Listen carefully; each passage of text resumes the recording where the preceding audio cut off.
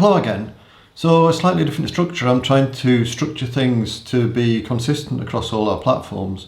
So we're going to look at 3 insights based on my experience. And the theme for today is progress sometimes hides in plain sight, in that sometimes we can see things developing that we don't pick up on because they're perhaps too obvious, like we can't see the wood for the trees sort of thing. And then there are 2 questions that to help you think about your own training and your own progress or your own well-being and how you might be able to develop things yourself. And then I'll talk about a real-world example of something that I spotted and how that led to some tremendous improvements in their performances. And because we were into being consistent across all platforms, if you don't want to watch YouTube videos, you can read our blog articles, which might be a bit more detail or absorb the information in a different way. Or if you want a quick summary, then subscribe to our newsletter, and there's a link in the description to do that. And hopefully that's a useful way of working with us. And obviously, if you've got specific questions about things, then pop me an email or comment, and I'll respond. I'll respond to all the comments. Anyway, hopefully you're still here after all that rambling. And the thing is really that we often focus on metrics, on trendy metrics or metrics that we think are important, well, that are important, are often important, like FTP or critical pace, critical power, how fast we can do a certain distance, and what our peak powers are, what our 5-minute powers are, and things like that. But these things actually require you to do a test, and often there's a lot of information available in just the data that you naturally collect in, like your steady riding, your endurance ride. If you always do a similar route, or you do a similar route every other week, then are you getting faster at that route? And what things are you doing that lead to training consistency that then builds week on week, month on month to improve your performance? So it's a case of using all the information that's available to you, as well as the tests, if you choose to do tests, to optimize your well-being, your life and your performances. I've used an AI engine to develop this, so sometimes there's a few trendy terms. And so the first one is unexpected sources, and that progress quite often appears from unexpected sources. And also sometimes from unexpected comments. You might be like, one thing that just struck me is when I was at university in Nottingham, I was chatting with one of my friends who's probably the best runner in the club. And I was asking him about his training. His training was really simple. So he used to run, say, 80 miles a week, so that's 140 kilometres a week. And he did 2 interval sessions and a race at the weekend. And his interval sessions were just running around the lake in the park by the university 3 or 4 times. And I was quite interested in data. I've always been interested in, what makes somebody good and what makes somebody not so good, and where the key differences are. And I said, what recovery do you have? And he said, 3 or 4 minutes. And his efforts were like 3 or 4 minutes. And he says, well, I don't think it really matters. And so we're all here getting hung up on data, and he's, quite a successful athlete. He was 3rd in the Scottish National Cross-Country Championships. And he doesn't worry too much about his recoveries. He just works as hard as he can for 3 or 4 minutes, has a bit of a rest, and then does it again. And now as a professional coach and knowing more about the physiology, I realised that he was doing a session that had developed his VO2 max. So his 3 to 4 minute efforts were putting him quite close to VO2 max. He was having to breathe really hard and work really hard. He then spent some time recovering, and he could do it again, and he did a number of these sessions to get a good time in zone. But his comment really made me think and start to understand things a bit better, and obviously led to this observation that he was doing VO2 max training sessions. His race at the weekend was a threshold training session, because most running races are run around about critical pace, around about your threshold.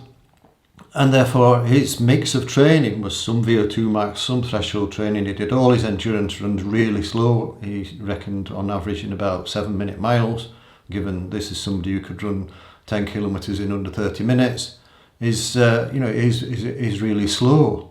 In fact, he was probably running slower than that a lot of the time, and a lot of the university running club didn't want to run with him because he was so slow. So that was one thing, that unexpected snippets of information, if you pick up on them, can actually lead to quite significant gains as you start to understand more about what you're doing. And the next thing is what Claude.ai is called the patience principle. But really what it is that one thing I noticed is that when you start improving, when improvements start to come, there's a tendency to work harder and capitalise on it because you're feeling great. So you try and run faster or ride faster.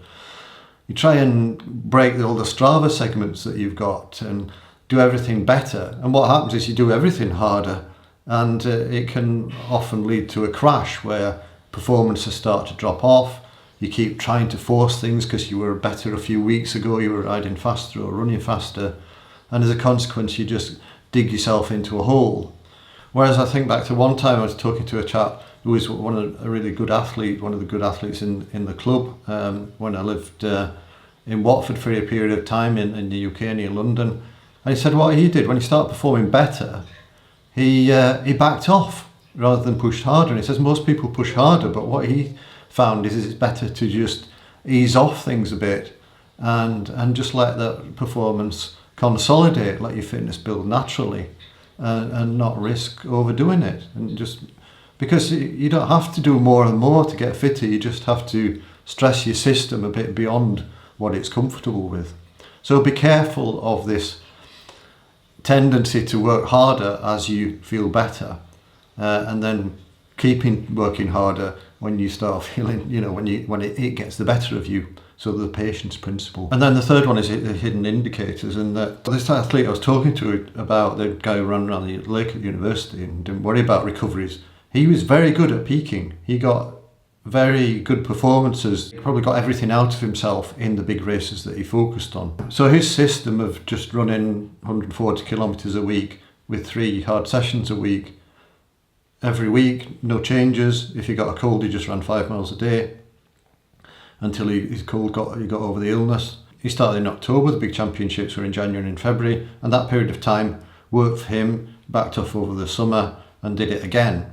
And he got fitter year on year. But for most people, this peaking is very hard to achieve. It's something that sometimes it works and sometimes it doesn't work. And so therefore, picking up on what does work, so like for my friend at university, what worked for him was this protocol of starting in October, doing the same thing every week, doing a race every weekend, then tapering for a week and then racing his big races, and that worked for him. And then for another of my friends at the same time, he took 2 weeks off before a big race. Now, whether that was the most physiologically sensible thing to do or not, I don't know, but it worked for him, and it gave him the confidence. He just had a complete rest for 2 weeks. I'm sure he would have lost a lot of fitness, but he was naturally very, very talented. But it worked for him. So try and look for what works for you in these hidden patterns and routines, and then use that information. Don't worry about whether it works for somebody else or whether somebody else has a magic protocol that works for them. Think about what works for you. So the questions are: 1, looking back at your last month of training, where have you seen improvements that caught you by surprise? Or maybe the last year, given that it's start of the year, you could look back at 2024 and see, what things surprised you where you got better, and also perhaps what things surprised you where you expected to improve and you didn't. And so how can you then use that information to perform better this year in 2025? And then specifically, maybe looking at some of your recovery sessions, because they're often overlooked. The easy training, the sort of consistent bread and butter of what you're doing, what's working and what's not working. Are there specific basic training sessions that work really well for you, that you perform well the next day from, or that are improving, that the speed's improving of those sessions? And are there specific recovery sessions that aren't really working for you? So what can you change in what you might call the non-key sessions in your training routine, rather than focusing on the key sessions? So think about the hidden information. What are the basic sessions, and what can you improve there? Because they're the ones that support your progress in the main key session. And then the real world example of something that really surprised me. I've got a friend, Jack Maitland, who's an elite triathlon coach, and I remember chatting with him, as I did now and again, about training, and he said that one thing he'd noticed when he gets a new athlete, he always gives them training in a specific training zone, because he said they're often undertrained in a specific zone. And I hadn't really thought about being fitter in different training zones. In fact, it seems quite a surprising concept to me.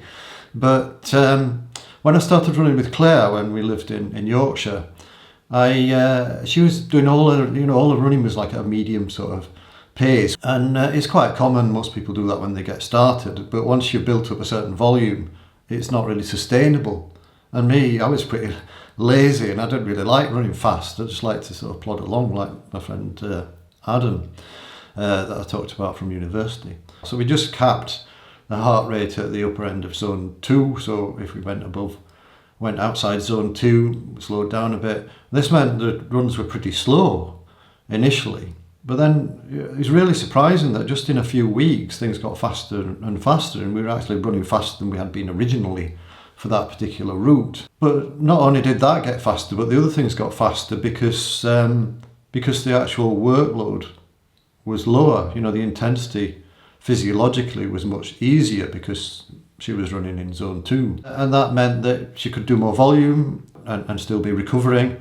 And it also meant that she could do her hard sessions harder. In that year, she did really well, some of the best results she's ever had. She was 10th in the UK Athletics Mountain Running Series, and she won the Skidoo race. So if you're looking for something a bit more systematic, to really do some deeper analysis of your training, all our coaching packages have this traffic light system, which is a coach-led AI analysis of all your training data, all your the metrics you might be collecting. If you're collecting, your HRV data off your watch overnight, weight data, and looks for patterns, and then we create some traffic light triggers, which you'll have seen in previous videos, and that's sort of a method for continuous improvement, looking at patterns, and it's a really good way of being systematically aware of what's working and what's not working that leads to really consistent improvements. So if you're interested in that, you can follow the link in the description, or have a look on the website, or drop me an email. Your contact details are on the website, endurancebikerun.com. I'd love to hear from you, and subscribe to the newsletter if you want a summary of all these videos and our weekly thoughts and suggestions.